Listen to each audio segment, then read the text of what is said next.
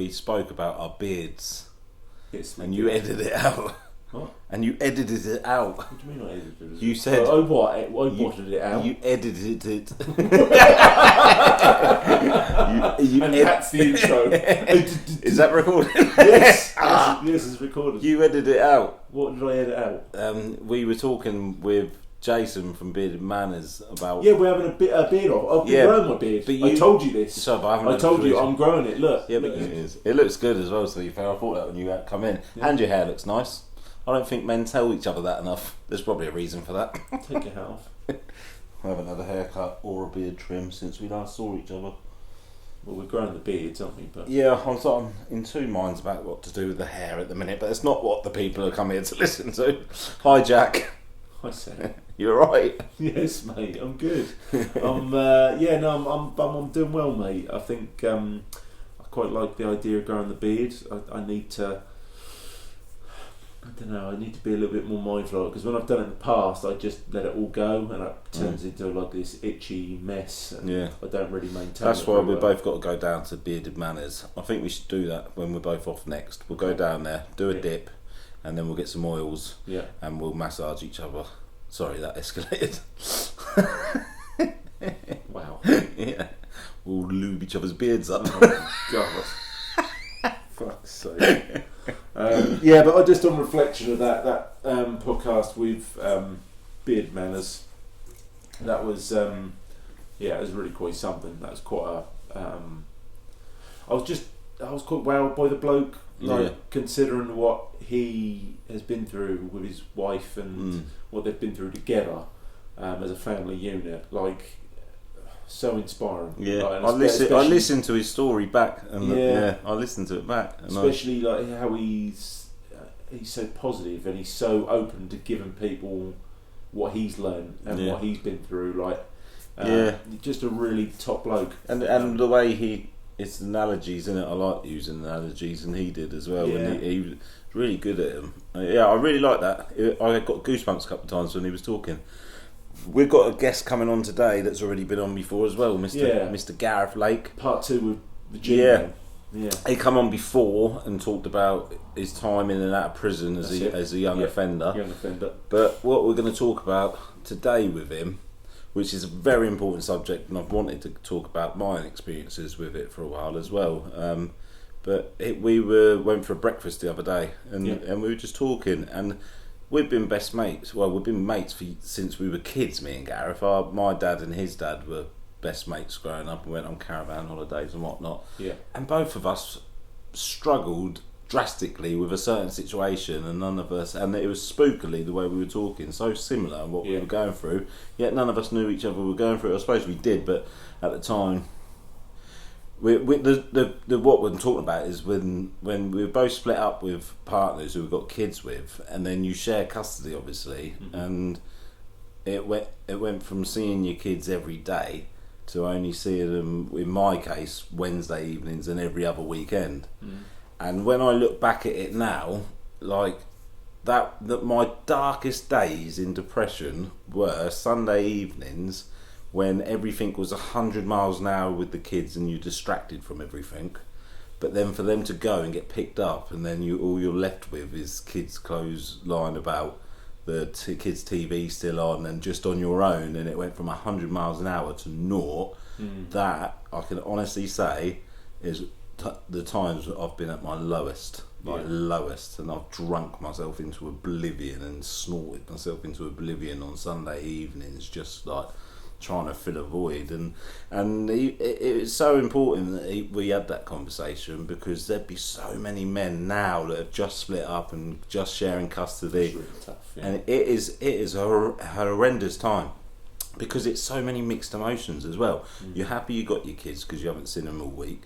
You're happy, and then it's stressful. You're on your own with them, and then they've gone, and you're like, oh, do you know what I mean? And it's a horrendous time for a bloke. Plus, you're grieving your relationship. When you split up with someone, no matter who wants to split up with who, even if it was you that wanted to split up with them, it's the end of something. You're grieving someone initially that's still alive. Do you know what I mean? So you're going through all that, plus you're not seeing your kids, plus like in my case as well, it was heated. The end of our toxic, the end of our relationship. So we're arguing over the kids and everything. It was just a nightmare time. And when we were talking, I was just thinking, oh my God, like he went through it. When me and Gareth were talking the other day, I literally welled up, and it's not like me anyway. But I did have a point where I thought, there's people in this situation now, and it's very difficult to see a light at the end of that tunnel when you're in it. And looking back at it now, even now, it sends fear. It's trauma. You're living through a trauma in that situation, but you're reliving it every single weekend. Because I remember even when, like, I'd get them on a Wednesday evening, and literally it was quickly go and pick them up, sort them out dinner, get them home, and then I got to wait till the weekend where you see them if it's your weekend. Do you know? I was quite lucky compared to some other parents as well, because there'd be times when I'd get them a bit extra and whatnot, and I know there's some parents out there that don't even get to see their kids at all. There's some parents out there that don't bother as well. That's a whole different subject. But hopefully we can talk about the experiences from both of us, and it might help someone listening that there is light at the end of the tunnel. You got to ride it out a little bit, and it is suck. I don't think there's anything we might be able to say to help them at the minute. Well, hopefully we can, but it is a bad time. But what I will say, and what I will try and give people a bit of hope for, is that time was horrible for me. It was, and there was ups and downs in it, and you just got to try and focus a little bit on the ups when you've got the kids and everything, which is easier said than done. But what I do truly believe is going through that tough time back then is the reason I'm the man I am today, and I've come out of it stronger.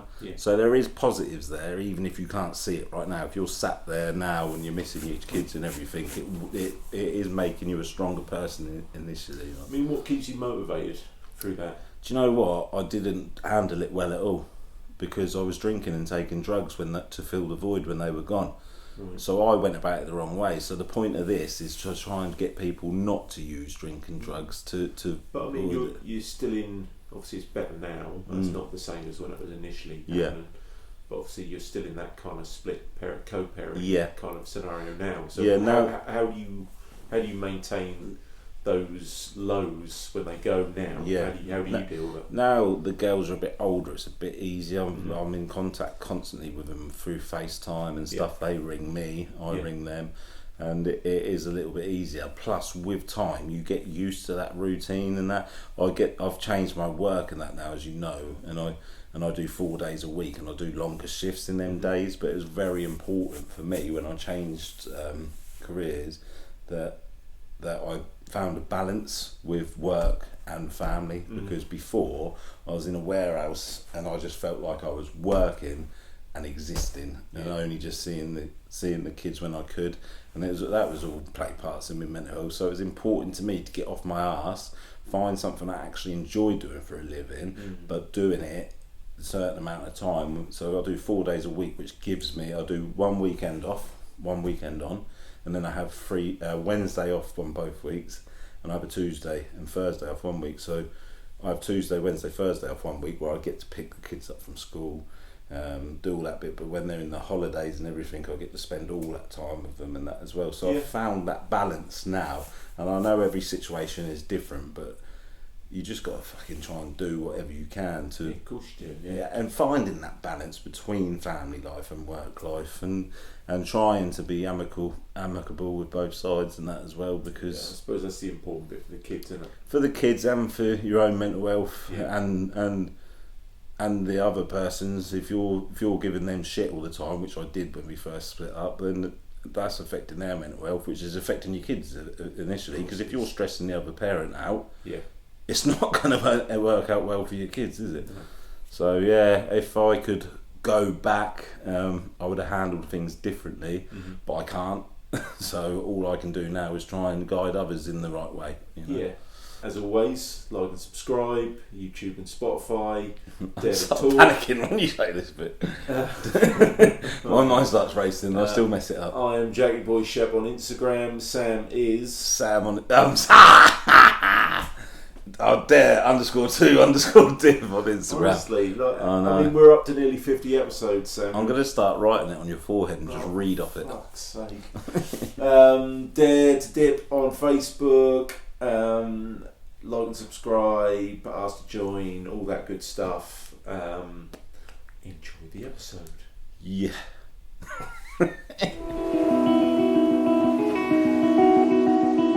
I found out a fact the other day I never knew as well. Did you know the sirloin beef?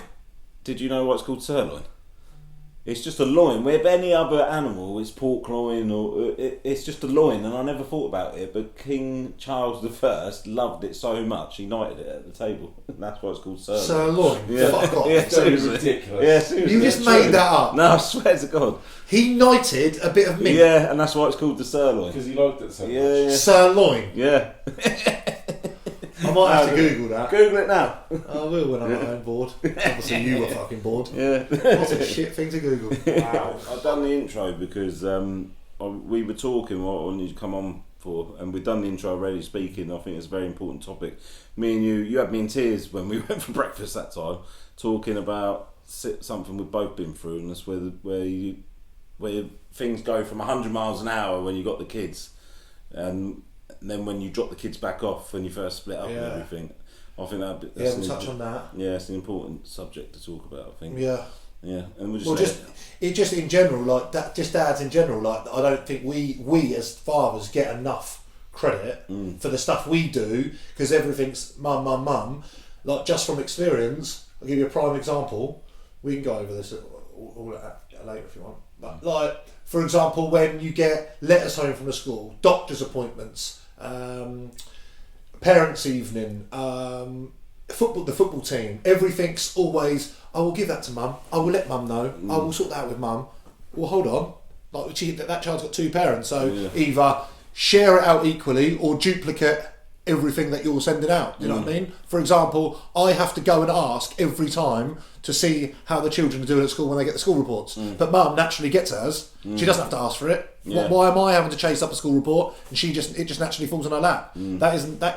That for me, that's just one mini aspect of. There is some major stuff, like, do you know what I mean? But when we spoke and went for breakfast that time, I was said in the intro, I've known you since we were kids, and me and you both, when you were talking about your experience when you split up with your ex, and then you had the kids over and you were staying at your dad's house and everything, and I said in the intro, both of us went through the same things and didn't even realise it.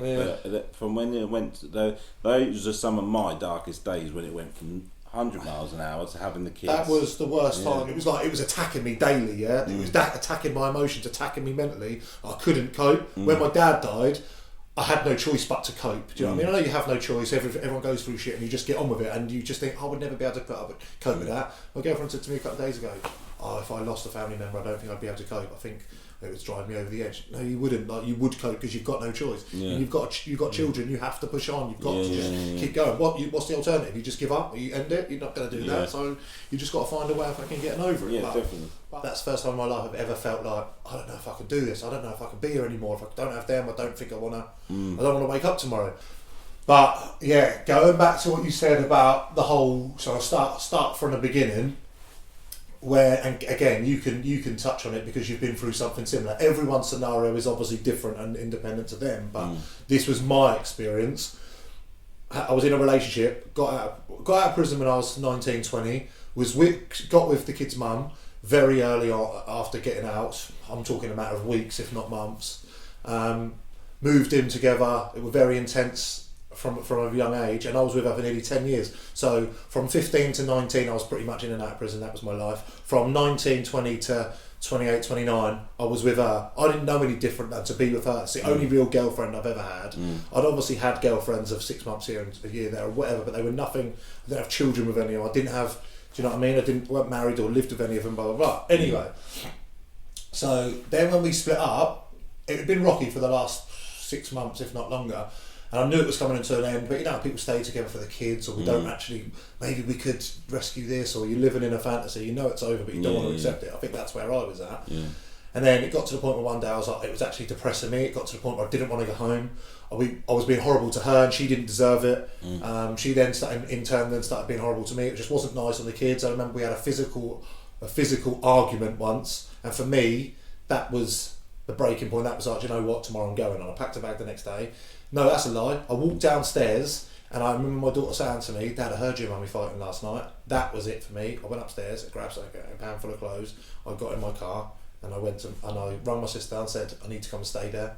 She said, "Yep, fine, by all means come and stay here."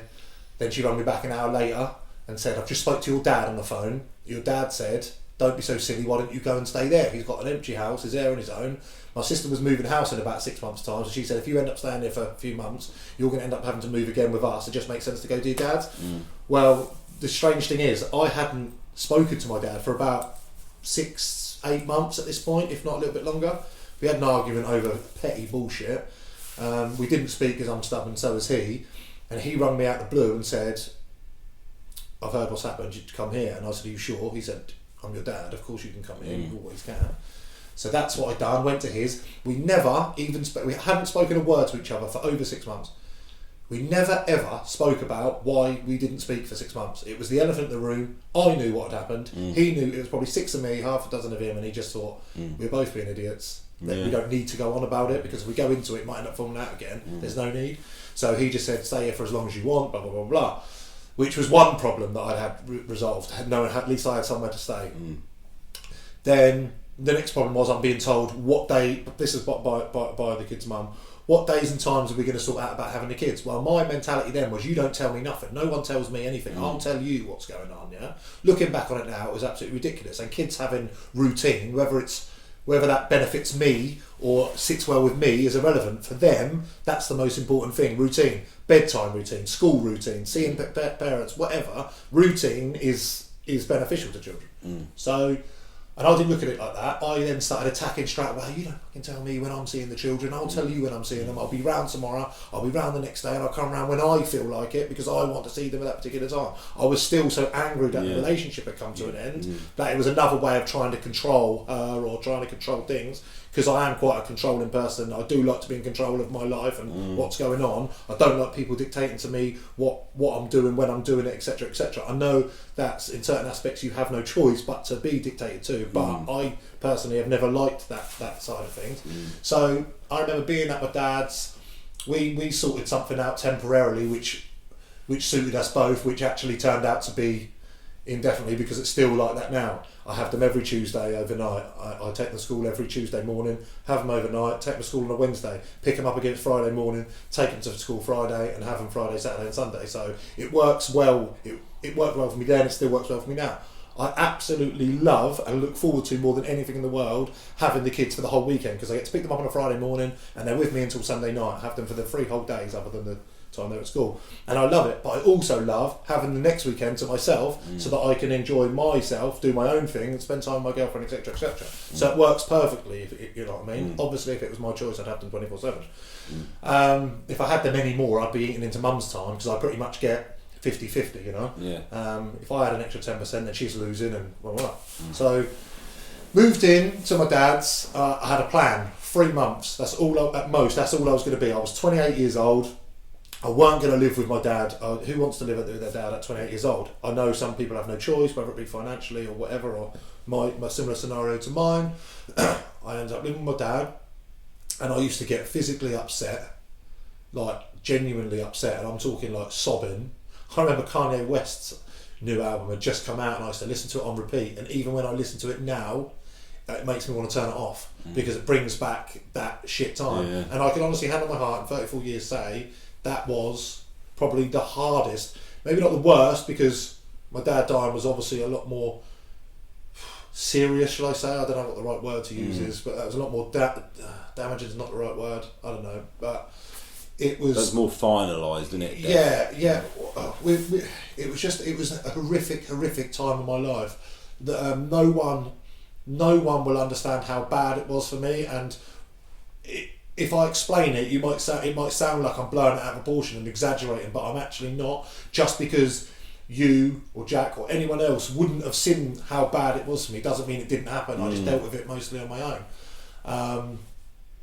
it was just terrible. I remember I'd get upset because I couldn't see the children. Then I'd get upset because I was seeing the children, but I was taking them out of a nice 3-bedroom house where they've got their own bedrooms at their mum's to a little shitty back room at my dad's, and I felt selfish because they were sharing a double bed with me, 2 children and a big adult. Look at the size of me. I'm not small.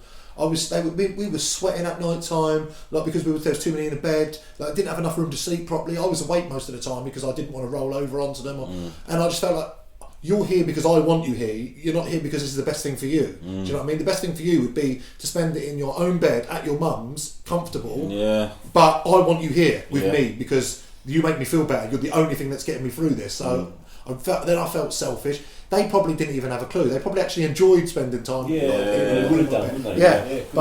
they were very young. I think my boy would have been 2 at a push. My daughter would have been 4 or 5. So they were very, very young. But again, I just felt really selfish. Can relate so much to everything you're saying. It's so weird. Like we were having dinner on my floor in my bedroom, and I don't know. My dad. I don't know. It was just weird. Like my dad was there or having a few beers he liked to drink of a night time, so he was having a few beers, and I didn't want the kids being around that. Like so, I was then sheltering them in my house, or it was just weird. I weren't cooking because I'll be honest, I'd never cooked for myself really. I'd never cleaned for myself. I'd never cleaned the house. I never washed all my clothes. I remember going to my dad's washing machine, looking at it like, this can't be that hard. I'll tell you another story. This is the God's honest truth. I remember going to grab a pair of boxer shorts and being like, where the fuck are all my clean boxers? I've got no clean boxers. Then it twigged, well, of course you've got no clean boxers, you haven't done your own fucking washing. And then I was thinking, I've never had to worry about that. So it wasn't even a thought until I realised I had nothing clean. That's when I twigged and thought, shit, I've got to do my own washing from now on. And at 27, 28 years old, whatever I was, what a time to have to learn you should be doing that in your teens. Do you know what I mean? But I wasn't dependent. It's just that's dependent on the kid's mum. It's just that's how it works. Like I provided, protected, and done the man stuff, and she nested the home and done all the washing. And do you know what I mean? Do you do your own washing now? Well, I don't actually. There was obviously a 5-year gap where I did do it, so now I proved to myself I can do it now. So I'm alright. But that's what I said in the intro as well, though. Like, even though it sucked at the time, I fucking grew a lot in that time. You clearly did as well, because you have to, don't you? You've got no choice. Like I said, sink or swim, and I weren't going to sink. I had 2 perfectly good reasons to swim. Do you know what I mean?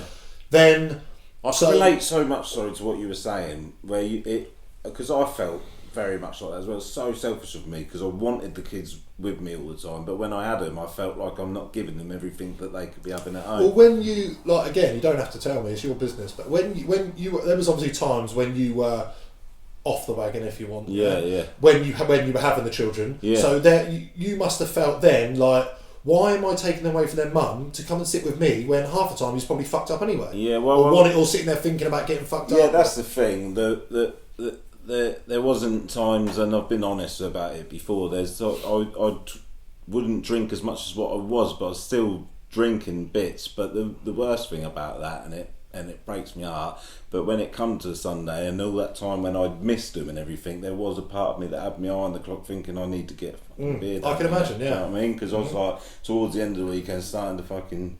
and even now that must not sit well with you. No, it's something I've had to put to bed.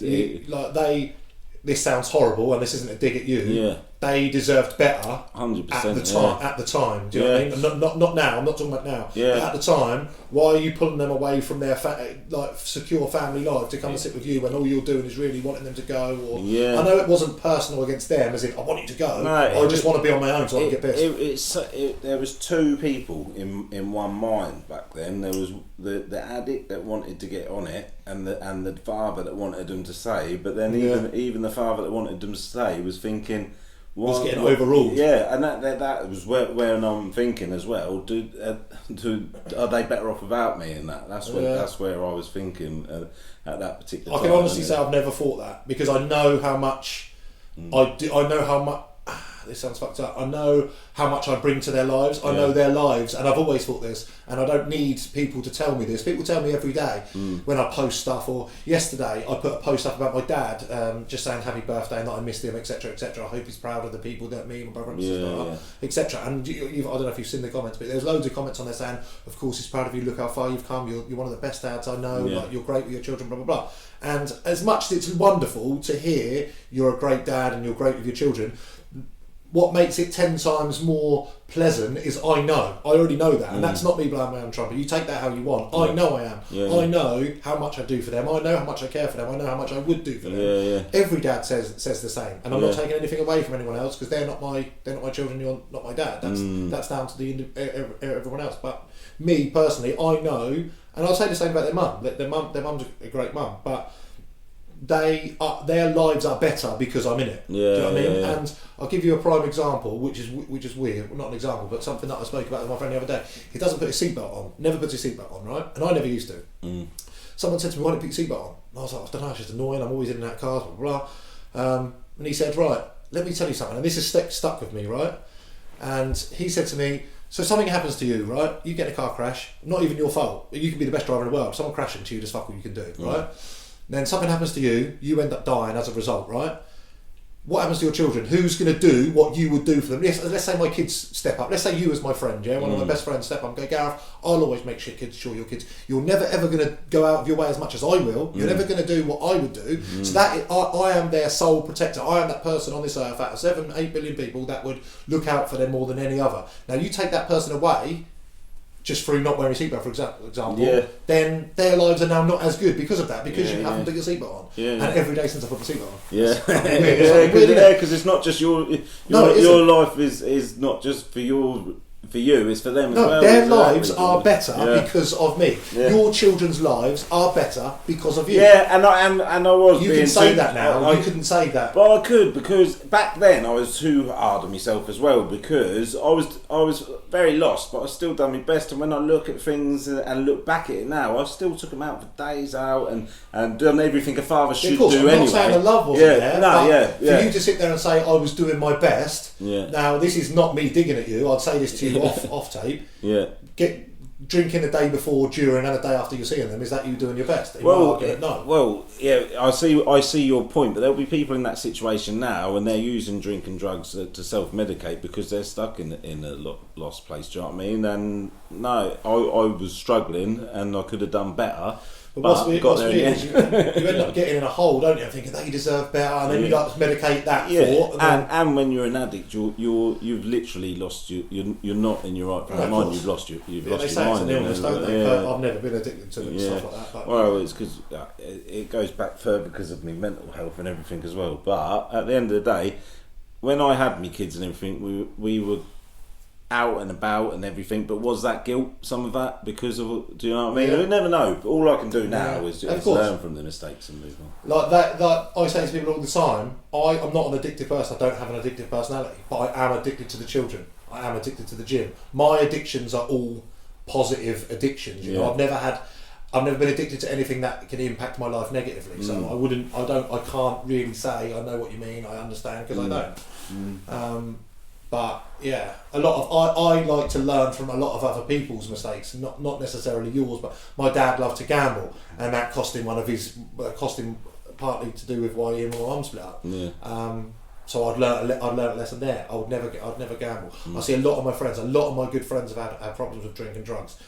Fortunately, I've never smoked a cigarette. I don't drink very rarely, and I'm not into drugs. Do you know what I mean? So I like it might sound horrible that I'm learning off my friends' mistakes, but I always say that I like to think I've made mistakes so others don't have to. Well, I think this. Anyway. I said exactly. I think I might have even touched upon it in the last podcast that I've been through the path that I've been in, and I will make sure, and I will know, and I will see the signs before it's too late. My son will definitely not follow in their footsteps. Definitely not. I'll make sure of it. But yeah, going back to, because there is actually other parts of this. So where was I at? My dad's. So I was at my dad's. Didn't have a pot to piss in. Had a black bag full of clothes and a car worth about as much as my trainers. So that's all I had. But I had no money really. Nothing worth shouting about. I remember I had to go go and buy a bed. Couldn't even afford a decent bed, so I went to B&M, bought a bed, first double bed I could find. It was 200 quid or 250 quid. What the fuck I thought it was going to be for that money, I don't know, but that's all I could afford. Went and bought a bed because I had no bed in my dad's house. First few days I was sleeping on the floor. I then ended up, on the first night I laid on the bed, snapped all the slats because it was wooden slats, snapped them all, and for the whole 3 months I was at my dad's, it was broken. Like I had to find ways of laying without having my arse in the gap. I had to move some of the slats around and cross them over, and the bed was fucked from day one, right? Anyway, that lasted about 3 months, and then one of my friends, bless him, still love him for it, he lived in a massive 5-bedroom house in Ipswich, and he said to me, "Why don't you come and stay at mine?" He was like, "I've got a lovely house. I've got a big old house. You can play with the kids there. You can do whatever." And it was a really, really nice house. He had a driveway that fit about 15 cars on it, so I could put all my cars on there. So it was like, this is later when I started getting back into the selling cars. At this point, I think I had one. And then so I went and stayed with him. And what's weird is, if I hadn't have, even though I was only at my dad's for 3 months, even if I'd never gone back there and spoke to him and sorted things out with him, because we saw each other every day because I was living there. He didn't really go out that much. He was there every night. I spoke to him every day. When I went from not speaking to him for 6 or 8 months to speaking to him every day, and 3 months after that is when he died. If I had not have gone and made up with him in order to stay at his house, and so they say everything happens for a reason, and I generally think that's why. I was that close to going to my sister's instead of my dad's. It was only because my sister and my dad told him what had happened, and my dad said, "Tell him to come here. It makes more sense for him to come here than it does to come to yours." And the stubborn part of me still thought, "Nah, I think I'll just rather come to yours." But you're so glad you did. I'm going to have to go back to my dad's. We're going to have to sit there and talk about why we haven't spoken, and he's going to want to know why me and Holly have split up, and etc. etc. And I just don't want to be fucking answering to him. Do you know what I mean? So I'm going to come to yours. And then I thought, do you know what? I could kill 2 birds with 1 stone here. I want to speak to my dad. I did miss him. I was only through being a fucking idiot that I didn't speak to him for so long. And it turns out that he didn't question me. He didn't start drilling me for questions and answers, etc., etc. And it worked out quite well. And we become as close as we were before within them 3 months. And you got that time back. And when people say everything happens for a reason, I genuinely believe that's why. And it hurts me to this day that we spent 8 months, the last year of his life, the last year he was alive, I only spent a third of that with him, whereas I should have spent the whole thing with him. Obviously I wasn't to know what was going to happen because he died suddenly. It wasn't as if he was ill and I should have gone round earlier. I wasn't to know. I thought I still had another 20 years left for my dad. You know what I mean? But whatever, that's a completely different subject. And then I moved out, stayed in contact with my dad, everything was fine. Moved in with my mate. I started giving him a little bit of rent, so I started earning some money again. 100 quid a week. And I remember there were times where I pay him every Friday £100. And I had this conversation with him about 4 days ago, and he didn't believe me because everyone still, because I was living such, because everyone just always presumes I've got loads of money, but I spend my money as I go. So when I'm wearing nice clothes all the time and driving nice clothes, that's all I had. Do you know what I mean? It's not like, oh, look at these, he's bought another pair of trainers, he's bought another. Yeah, but I'm spending my money as I'm going. It's not like I've got thousands of pounds and I'm spending. Like what I've got, what I'm spending is all I've got. So then he was like, yeah, you was alright for money. And I was like, mate, I weren't. When I lived with you, this is what I said to him 2 days ago. When I lived with you, there were times where it would be a Thursday, I'd have like 60 quid, and I think I've got 24 hours to find another 40 quid. And I don't want to start fucking him around because he's done me a favour, let me live here. And I literally used to scrape around to try and get 30s and 40s and £20. Most weeks I was fine, but there was odd weeks where I was scraping. And he still to this day doesn't believe me. He said to me yesterday, or whenever it was, he said, oh fuck it, I know you weren't. I was like, I promise you, I'm not lying to you, I'm being genuine.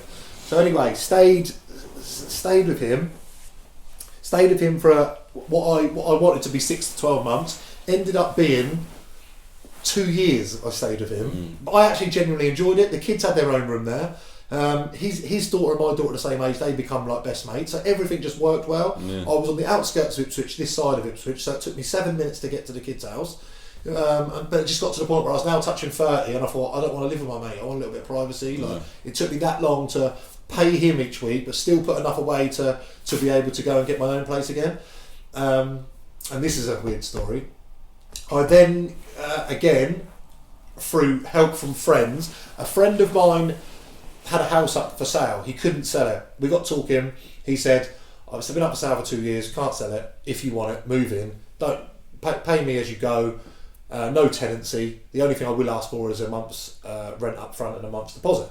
I said, yeah, fine. Didn't even have the money to do that. Ended up having to borrow 1,200 because the rent was 600 quid. 650. I borrowed 1,300 quid off my uncle to move in there, and then moved in. And I remember it was a little shitty house. No disrespect. It was had a massive front room, had a tiny kitchen. You went there, didn't you? Yeah. Had a massive bedroom. My bedroom was huge, but the kids' room was like a nursery. Like, there was not even enough room. I had to put bunk beds in there because you couldn't put 2 beds side by side. It was too small. The kids wanted a TV on the room. Because the room was so small, I couldn't even put a TV on the wall because they were so close to the wall that they would have been like, one of them would have been like that, and one of them, it just didn't work. Yeah. And I remember again. Now I've gone from back room of my dad's to basically what the kids describe as a mansion because my mate's house was huge, right? To then going and getting our own place, but again it's now dingy again. But at least it's ours. This is what I was explaining to them. At least it's ours now, right? Yeah. Did that make you feel better, or did it make you feel like you took a step back? Both. This is what it was really weird because it was really mixed because I remember saying to him, this is ours now. We don't have to, like, always telling them to tidy up because my mate was very clean and he didn't like mess. And like the kids are playing with stuff that I bought them, but I always used to say to them, like, don't make a mess, or quickly clear it up when you're done. And like they're children, they're young children, they make a mess. And like now, I explain to them, make as much mess you want. This is your house. Like, as long as you clear it up, I don't give a shit. Do what you want. Yeah. Right, within reason. Don't be drawing your name on the wall. Right. So then I remember, this is weird. I remember sitting on my front wall with my daughter, again getting upset because I was dragging them out their mums to come and live in bunk beds, sharing in a little shitty house. But this is all I could afford. This is all I had, and this was not rock bottom because my dad's, in my opinion, was rock bottom, right? But this wasn't far off. This is, in my opinion. My mum's always had a nice house, so I've always been brought up around nice houses. When I was with the kid's mum, we had a really nice house, so I'd never lived in a little dingy house. But this was my home now, and I remember sitting on the wall outside, and I remember getting upset, speaking to my daughter and saying, babe, just give me a little bit of time, let me get back on my feet and sort myself out, save some money, and I promise you, and we don't make promises in our house unless they are keepable 100%. Don't promise me that we're going out at the weekend because you might fall ill, or it might rain or whatever and you can't do it. Only make promises if you know you can keep them, and I've always stuck to that. I promised her, and then the reason I promised her is because I knew I wouldn't let her down. I said, I promise you, one day we will have a big house again. This sounds all very materialistic, but can I just point out that we're in my dingy little flat where my kids stay with me? Well, I didn't want to say anything. If you saw me looking around when I was saying, I was trying to think, how can I get off this subject? I didn't want to refer to it as a shithole. Well, I've got a different mindset. I'm just so grateful for how far I've come, and I wash my own pants. Well, you're one better than me, then, aren't you? I might live in a shithole. You might live in a big house now. At least I wash my own pants. Right? So I remember sitting on a wall outside, and I remember saying to my daughter, just give me some time, mate, I promise you we'll have a house like what Mummy's got again, or what we used to have, blah blah blah. And when that was going back 5 years ago now, I moved into a bigger house in Trimley, and then a bigger house, the one we're in now. And I remember going to pick them up from school when I just bought this house. They didn't know anything about it. I picked them up from school, pulled up outside the new house where I live now, and I said, right, go in then, go and look at your bedrooms, blah, blah, blah, blah. My daughter ran upstairs, she went, which room's mine, Dad? Pointed at it. She walked in, she burst into tears, right? And my memory's dog shit. I couldn't even remember this conversation that we had on the front wall, right? She burst into tears. I said, what's wrong? Didn't have an absolute clue why she was crying. She was like, Dad, I'm just so proud of you and proud of what we've got, and do you remember the conversation we had? She reminded me of the conversation we'd had. I then burst into tears, right? Because she's crying and she's made me all emotional. Then my girlfriend's now getting teary because she's seen us cry. This is meant to be one of the best things. Like, buying your first house is one of the best things ever. I just wanted them to be like, Dad, this is amazing. Oh my God, I've got my own room. It's massive and blah, blah, blah. And they were happy tears, don't get me wrong. But when I was at the front door, putting the key in, turning it, all I could envisage was smiles all round, and this is not how this was meant to go. I was like, everyone's going to run up to the stairs, get to the top of the stairs, all 3 kids are going to veer off to their bedrooms, everyone's going to be laughing and smiling because they've all got their own rooms again, because even in my last house... Natalie's going to be washing your underpants. Yeah, it's a win-win. And it didn't turn out that. Don't get me wrong. Dallas was happy, Milo was happy, Bella was happy, but she just reminded me, and it hit home there and then. It was a bit of a kick in the heart, but in a good way, that we had that conversation, and she was like, it took you a long time, but you didn't let the promise down, you know. And that is the whole story in a nutshell, from going from dads to, do you know what I mean? It was just it was weird, just weird. But we are now, everything's great. We're in a lovely house, and it is a lovely house. It is a lovely house. I've been very very lucky and very fortunate. Need a kitchen table. Pardon? Need a kitchen table. I bought one Saturday, but I can't put it down yet because I'm now having all my flooring done. That Carl Brown. Oh, he's useless, isn't he? Yeah, you want to get someone decent, isn't it? But yeah, that should be done by the weekend. I'm 3 months into living in that house, and we're still eating off the floor. I made Gareth lovely steak dinner the other night, and we sat on the middle floor. Of cooking, and he went, where are we eating it? I was like, shit, I didn't even think of that. I was like, this deserves better than laminate flooring. Yeah. Floor. It's alright, isn't it? Not really. What made me laugh was the kids come round yesterday. I pulled all the lino up, pulled all the carpet up. Well, the kids were eating on the lino flooring, and I was like, just sit down, eat it there. I'll get table soon. Get table soon. Now I've even taken the lino up. It's getting worse. Now they're like, what do we sit on now? Cold, bare concrete floor. I was like, just trust me. We've got 1 week, and it'll all be done. But, yeah, it's crazy. God, you've gone right back to square one. Stop taking the kids out. They've got a table at home. Yeah, I know. Taking them out of their mums, and they've got a nice table, a nice dining area, eat on the concrete, right next to the dog. No, you should be proud of yourself, though, mate. It's a beautiful house, and you've stuck to your promise to your kids. So, yeah, it's good. But I just do want to touch on the bit a little bit. You spoke about your dad before, and he was my dad's best mate I've known since I was a kid. I worked with your dad. I was very close to him. I miss him. I'm glad we're bringing him up a bit because it's just sentimental, really. Yeah. But there'll be people watching this as well that have only just lost a father or something. I remember when... Do you know, I was saying to someone about this the other day. Whenever shit's happened in life, you've been there. When your dad died, obviously, me and you connected again. We'd known each other since we were kids. I remember giving you a hug at your dad's funeral and you just fucking flopped. And I don't know, it's just something I sensed something. And then you were there when I got the phone call about me nan as well. I rung you up, things were getting a bit too much. The whole family around me nan's bed. Said to Gareth, I need to get out of here. He come and got me. We went, and then as soon as we went, my mum rang me and said she's gone. And I remember the same sort of fucking hug with you then. But what... I went off track then, but I'm getting emotional. But you always find a way of turning it around onto you. But my point being, there'll be people going through now. They've lost a dad or a mum or something. Does it get easier?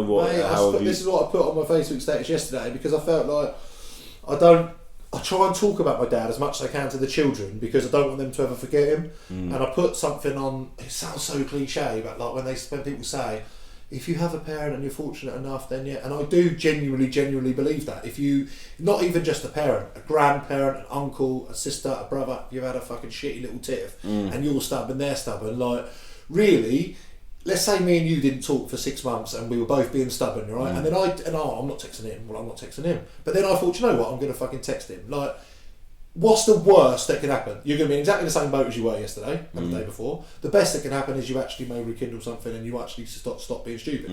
Not one person has ever turned around and go, haha, do you remember 3 years ago you texted him first because you backed down? No one gives a shit. You know what I mean? So in time, no one's going to care. It will sit with you that you backed down or that you made the first move, but then that just shows that you're the bigger person. So that's the only thing I'd say to people is you always hear people say, I don't speak to my mum anymore. Why? Oh, we had an argument because she told my kid off, or we had an argument over money, or do you know what I mean? Something stupid from 2 years ago. I can't remember who it was. I was speaking to someone not so long ago in the last couple of months about their parent. Yeah, don't mention names. I spoke to the same person. I spoke to the same person. They said you spoke to them. You need to sort things out, blah blah blah, because they won't be here forever, mate. And like again, it was over he won't class it as trivial, but I would, compared to the other outcome is that you lose a parent and you will never ever. But I said to you, it doesn't sit well with me that I didn't speak to my dad for 2/3 of the last year of his life. That is just the way it was. I remember going to no one knew it was going to happen. I dropped him off at Colchester Hospital, and he said to me, "Alright, I'll see you tomorrow or the next day, whenever he's operated." He went in for a routine operation, but because he'd had so many towards the last however long of his life, I thought it was just going to be another operation. And I said goodbye to him, walked him up the stairs, said text him, and I've still got the text message on my phone. Last text I sent him was, text me as soon as you're up and about and I'll come pick you up. And that was it. And I never saw him alive again. Yeah, I was in Bali when I got a phone call about your dad, and that was already a shit holiday. You haven't told me about that. Yeah, well, I don't want to make it about me. We did a whole episode on it. I'm surprised there wasn't a part 6. Coming next week. But yeah, the other thing you wanted to touch on, which I did want to speak about, because this is something that goes on from what we were just saying before my dad, is the being a parent, like being a single dad or being the father of children as opposed to the mother of children. Now, I'm not taking anything away from mums. I think 90% of mums do an absolutely fantastic job. A certain percentage of mums do it on their own, even better, right? Because when I've had my kids, sometimes when mum goes away for a holiday, for example, for 7 days, and I have to do everything for them for a week or two. Sometimes when she's back and I give them back, I get to sit back and breathe and be like, every morning getting up, doing their packed lunch, every day taking to school, and mums will listen to this thinking, well, I have to do that every day. Yeah, that's fine, and I'm happy that you're great at doing that. But honestly, having to do it, being their soul, them being solely dependent on you. If you were one person having to do that all the time, like she must feel the same when I have to for the weekend, and she can do her own thing, and she can have 5 minutes to breathe and do her own thing, you know. But it's not an easy job when you've got children. Me and you are quite lucky in a sense where we get to see our kids more than what some people are allowed. So we're quite lucky in that sense. There'll be some right. That's exactly what I was talking to you about earlier. Yeah. Allowed. You've just said allowed. Yeah. When was the last time a mum asked a father of a child, when can I see them next? Can I have them at the weekend? Can I have more time? Can I take them out? The women get more advantage. Right. There's some women that don't let their that's a completely different subject. Yeah, but what I'm saying is we're quite lucky because we get to see them a bit. Yeah, more. but you create, in that sense, you create your own luck. If your kid's mum had said to you 3 years ago or whatever it was that, right, you can only see them on a Wednesday. If you'd have turned around, which a lot of dads do, and said, yep, fine, that's enough for me. Which a lot of dads do. Most dads see their kids once a week, every other weekend or every other Friday or whatever. Yeah. That is not enough for me. I remember for my 30th birthday, right, one of my friends, he lives in Thailand, he's a very wealthy man, he said to me, come over for your 30th birthday, you get an open ticket, come out for as long as you can, I've got a massive villa, you can stay, he's got 3 bedrooms, you can stay in one of them. So I stayed with him, and I was planning on doing 6 weeks out there, and I kid you not, I lasted about 13 days, 14 days. I'm speaking to the kids daily, I was getting upset, I need to go home. I cannot be without them, I cannot live without them. I have to. And most people, when it was being paid for, it was a free holiday. Like I literally had to spend the money, that was it. And my flight, that was it.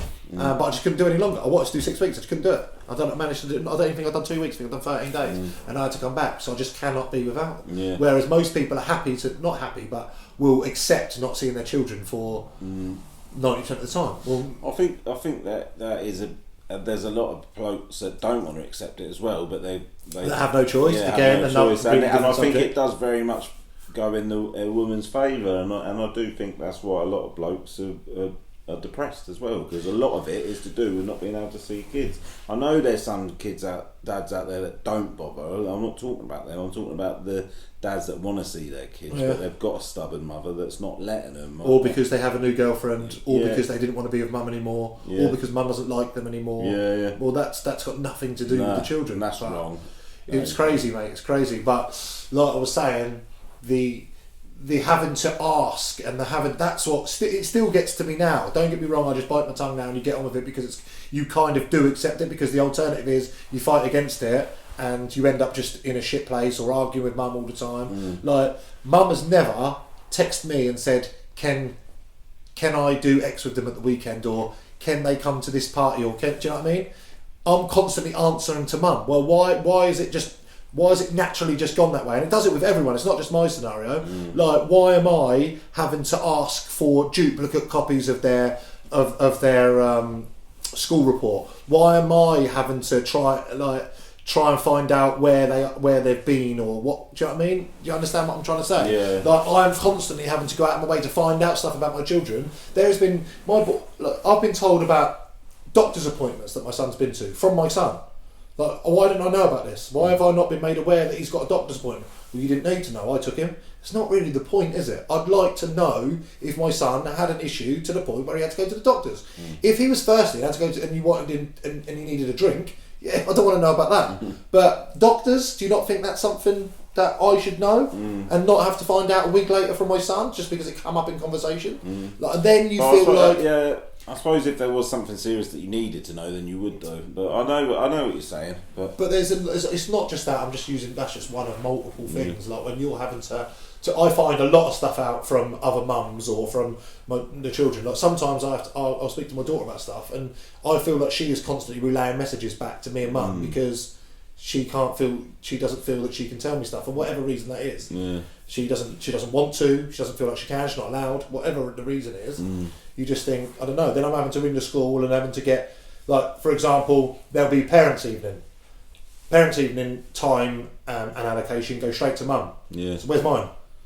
Yeah. Where's genuine question? Where's mine?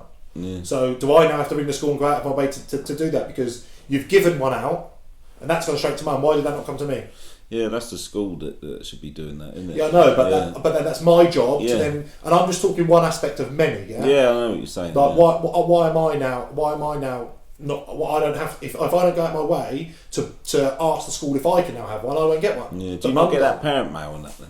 Yeah, you do get all that. Yeah. I do get all that. Yeah. But being part of Parent Man doesn't automatically give you a visit to be able to have that's just one aspect. I'm talking about so many different things. And it's natural. Well, ask your mum if you can do that. Ask your mum if you can come here. Ask your mum if you're allowed to do that. Why not ask dad? Why not speak to dad? Am I not equally their parent? Like, and I actually take them to school 3 days a week, every week. So I actually have more involvement in their schooling than mum does in that respect. Do you know what I mean? So why not ask dad? Why not send a letter home to dad's house? Yeah. I don't get any correspondence off the school about that unless I go out of my way to ask for it. Yeah, I get what you're saying. There's still stigma around that. Of course. Isn't there? Of course, but in the same aspect that the child always stays with the mum when the parents split up. Why is that? Why is that? Genuine question. Because that's what's always happened.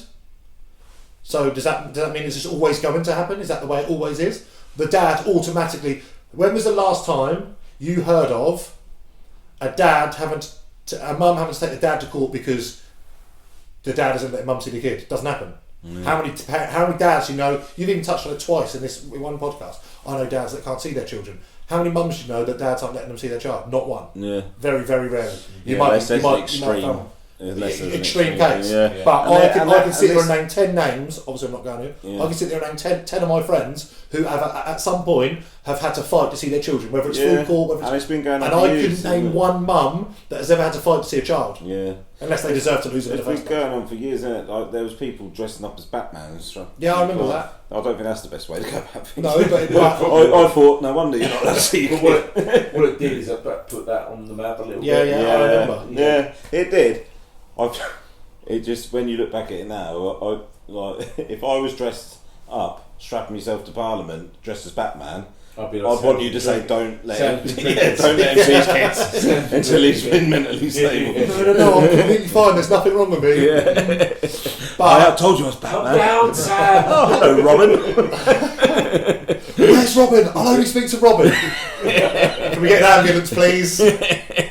No. But genuine question, like I just said, when was the last time you heard of a mum fighting to see their children? You don't. No. When was the last time you heard of a dad fighting to see their children? No. You hear it weekly. Yeah. And that is my point I'm making. And mums, well, you've got to be careful because I don't want to name any names or nothing because there's no one else here to defend themselves. But it is wrong when mums can say, you're having an argument with a mum and they'll go, right, you're not seeing your kids then. I think, well, what the fuck has that got to do with? No, do you know what I mean? yeah. And that is Very, wrong, very and so I'm many very- mums do that. I'm very, very fortunate Yeah. that Holly has never ever stopped me from seeing them, threatened to stop me from seeing them, or Yeah. anything like that. But you hear it all the Yeah, time. with friends that I've Like, got friends that are all down the in the time, dumps mate. about it. And I Like, think- listen, if not you, I'm just saying you as an example, but let's say someone's ex turned around and said, "You got a small dick. I slept with all your mates. I was unhappy for years. You never pleasured me. Blah blah blah. What, all these things." You wouldn't give a shit, would you? You say, okay, Sure, no you weren't worries. talking about me. No worries. I know that's why I had to state I'm not talking about you. I knew I was going to come up with a small dick thing, and then I thought he's going to know I'm talking about. Wow. Yeah, you always hear of it, don't you? When you're not seeing your children. But if they said anything else offensive to you, you wouldn't care. The only one thing you've got is that, and you know that, and you're going to use that. You hear it all the fucking time. And I've got a friend who's the mum of his children done that and put him in a really dark place. And I was there picking up the pieces and seeing how badly it affected him. And then he sorted things out and was like, "Oh, can you like be nice to her again now?" And I was like, "No, fuck that. You have to be nice to her for the next 10 years. I don't, and I don't want to be around people like that because I've seen how much that's fucking affected you and how much you were hurting at the time. Just because that certain scenario is now over, then the thoughts of what she put you through, like I don't see how any woman could do that." Yeah. Not to a dad that willingly is sitting there saying, "Please let me see my children." Yeah. No, you can't. You go on Facebook and you scroll for 10 minutes, you will see something about a father not seeing their child. Don't get me wrong, there's certain scenarios where a certain dad shouldn't be around their children because they're a danger to them. But because you and mum aren't together, because mum's not a new boyfriend, are not fucking valid reasons to stop your child. And again, I do think it actually affects children a lot growing up, not having to, and I'm going to be honest, I think they need mum just as equally as much as they see dads. You know what I mean? Having a good mum role in your life is paramount, and exactly the same with a dad. It's so it can have such an impact on the person you become as an adult. Yeah, you need, and the issues that you may have or have not have. You need a male role model and a female role model, If I whether had you're my male way- or female, don't you?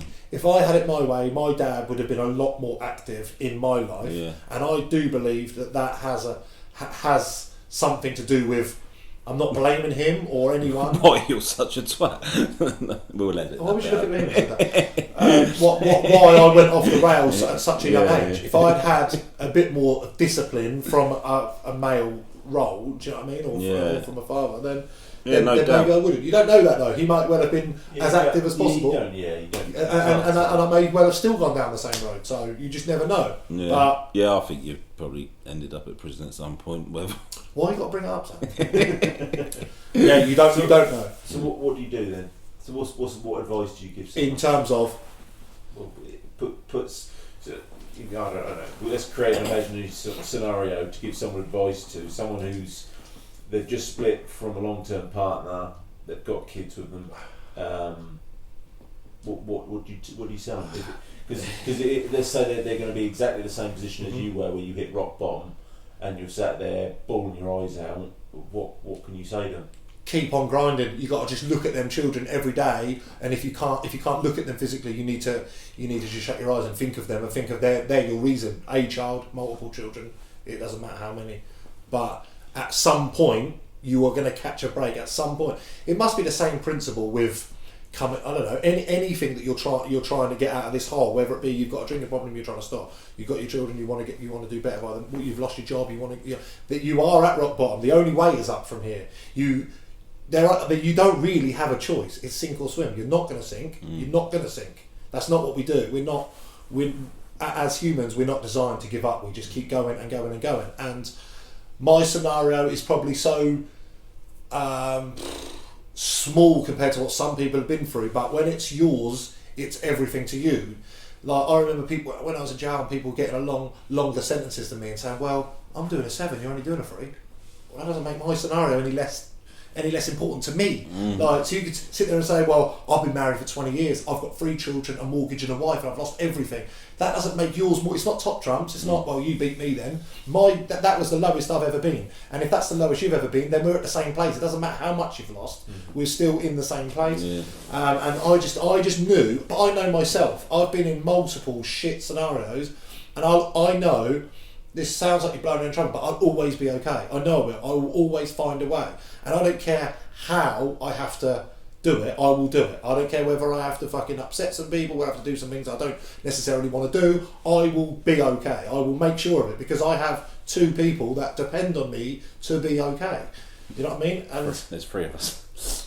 Well, yeah, unless I'm taking them on a holiday, then yes, that's true. Well, we haven't got enough time to talk about my holidays on there. Unless you want to go check out Bali series. Number 7, was it? I think the best advice to give anyone in that situation is patience, and I know it tests your patience. It really does, but patience and it's a long game. But there's a lot of things. Again, not naming any names, but there's a lot of things that help people. There are people around you. Like a good friend is worth its weight in gold. A good girlfriend, a good girl on your arm is worth their weight in gold. Like I've got a great girlfriend now, and I honestly feel like I've said this to her.